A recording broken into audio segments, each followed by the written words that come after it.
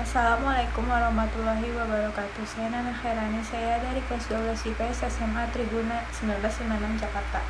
Saya akan menjelaskan tentang respon internasional terhadap kemerdekaan Indonesia. Indonesia memproklamasikan kemerdekaan pada 17 Agustus 1945. Namun bukan berarti perjuangan membela kemerdekaan berhenti pada saat itu. Untuk mengukuhkan eksistensinya, sebuah negara merdeka memerlukan dukungan secara internasional. Jika pengakuan kemerdekaan telah dikantongi, wilayah kedaulatan, kewarganegaraan, dan pemerintahannya secara otomatis juga telah diakui. Indonesia beruntung karena beberapa negara mendukung proklamasi kemerdekaan, namun ada pula yang menentangnya.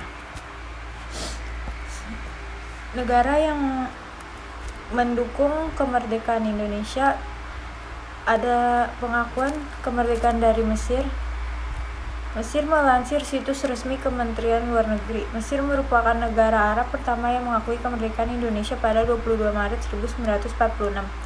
Mesir juga mendorong agar negara-negara anggota Liga Arab melakukan hal yang sama. Terlebih, Liga Arab mendukung perjuangan dekolonisasi yang dilakukan bangsa-bangsa mayoritas Muslim. Selain itu, hubungan negara-negara Arab dengan Indonesia juga terjalin sejak lama. Oleh sebab itu, kabar kemerdekaan Indonesia menuai simpati dari rakyat Mesir.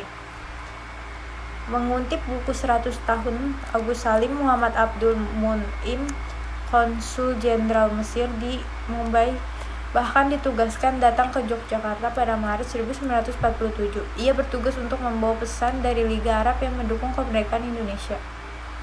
Yang kedua, ada pengakuan dari India. Respon internasional terhadap proklamasi kemerdekaan Indonesia. 1. Perdana Menteri India Jawaharlal Nehru dan Presiden Soekarno. India merupakan salah satu sahabat Indonesia. Keduanya sama-sama paham sulitnya hidup di bawah belenggu kolonialisme selama berabad-abad. Oleh sebab itu, kedua bangsa ini saling bekerja sama.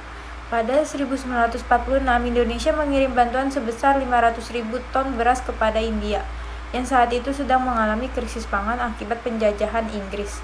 India membalas kebaikan hati rakyat Indonesia dengan turut menyuarakan perjuangan kemerdekaan bangsa Indonesia.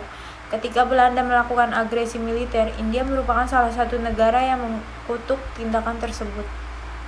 Yang ketiga, ada dukungan dari Australia.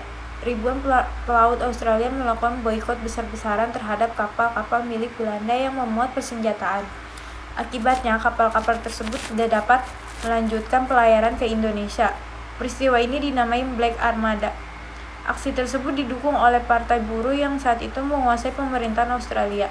Selain itu, Australia juga secara aktif mendorong Dewan Keamanan PBB untuk menyelesaikan masalah Indonesia dan mengakui kedaulatannya.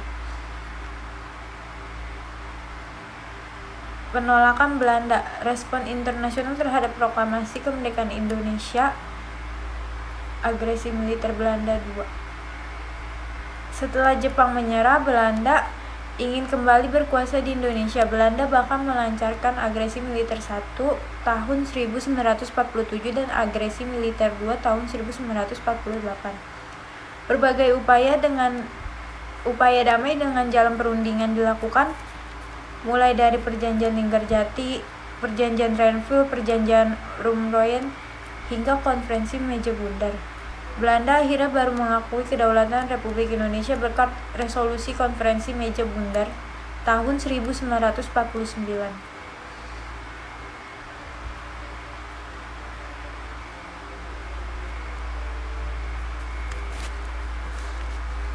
Belanda tidak mengakui kemerdekaan Indonesia pada 17 Agustus 1945, sebab jika Belanda mengakui tahun tersebut berarti mereka telah menyerang negara berdaulat setelah Perang Dunia II.